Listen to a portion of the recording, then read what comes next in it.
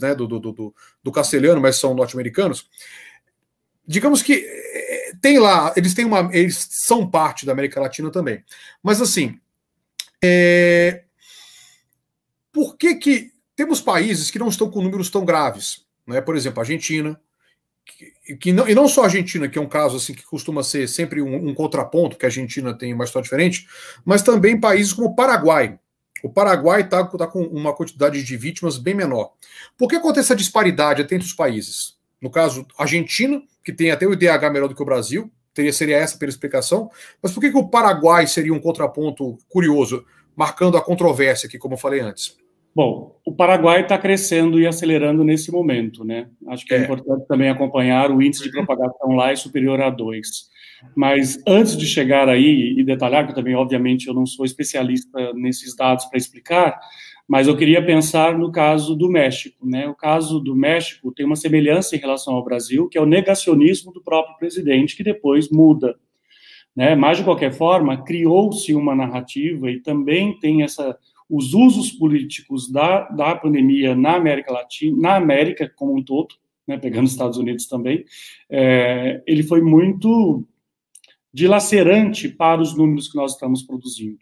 Os países em que os próprios governantes atuaram de uma maneira mais direta, mais incisiva, como o próprio Paraguai, ao fechar as fronteiras no primeiro momento, conseguiu conter.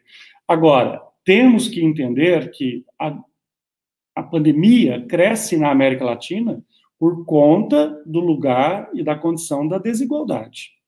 Tem um desserviço das lideranças e dos governantes, mas tem a questão da desigualdade como uma marca definidora do volume e desse crescimento da pandemia.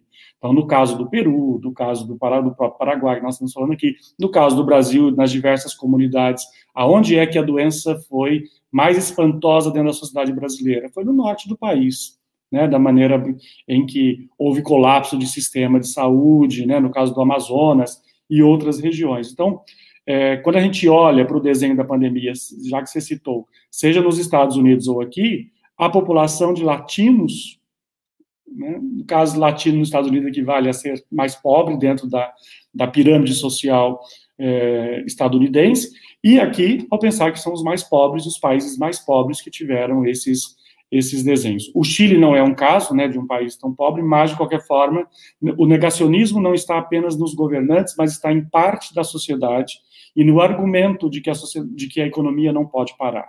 Então, esse primeiro embate, essa primeira discussão que dominou aqui os meses de março e abril aqui o nosso país e que, de alguma maneira, acabou sendo vencida pelo argumento econômico, né? Ou seja, nós não conseguimos lidar com a pandemia, nós não conseguimos conter a pandemia. Eu destacaria nesse processo como um todo uma ideia de que a nossa constância na observação de uma regra, ela é muito baixa. A nossa opção por aderir aos protocolos, né, de reclusão, de ficar em casa e tudo mais, é muito baixo. Agora, é baixo também por conta das condições socioeconômicas, né? Então, não dá para... que eu acho que, de alguma maneira, vão acabar encontrando um caminho para dizer que a culpa é do povo, né? Então, não é. Ou seja, como é que você pede para as pessoas ficarem em casa quando elas moram em cubículos e em situações de grande aglomeração? Porque também essa é uma característica latino-americana. Nós temos cidades enormes na América Latina e nós temos um descontrole, ou uma desigualdade, não descontrole, temos uma desigualdade populacional muito grande nos nossos países. Então, se você pensa, por exemplo, a própria Argentina, um país de pouco mais de 45 milhões de habitantes, você pensa o conurbano, né, a grande Buenos Aires, você vai falar aí de torno de 15 milhões de habitantes, então, ou até mais. Então, você tem um índice que já foi maior, chegou a ser a metade da população do estado da Argentina habitando nessa região. Então, quando você vai para o Chile, também o tamanho de Santiago em relação ao restante do país, o tamanho da população, ou a cidade do México, Lima, e assim por diante. Mesmo no Brasil, se nós pensarmos que a grande São Paulo, de uma maneira grosseira, tem quase 10% da população do país, para um país com as nossas dimensões. Então, com isso, você tem um indicativo de que estas características, E isso não é muito diferente do que aconteceu nos Estados Unidos. Por que Nova York é a cidade com o maior número de casos? Exatamente por conta do adensamento populacional, né, numa cidade territorialmente pequena para o tamanho da população que tem.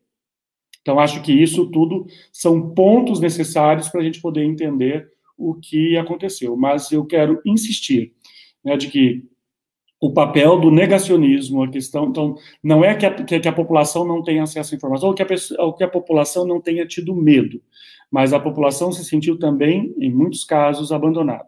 E aí, o que você trouxe a respeito do exemplo do SUS, né, palmas para o SUS e palmas para a sociedade brasileira que ainda luta pelo SUS. Né? E aí os profissionais que são envolvidos, as pessoas que militam em torno da saúde pública.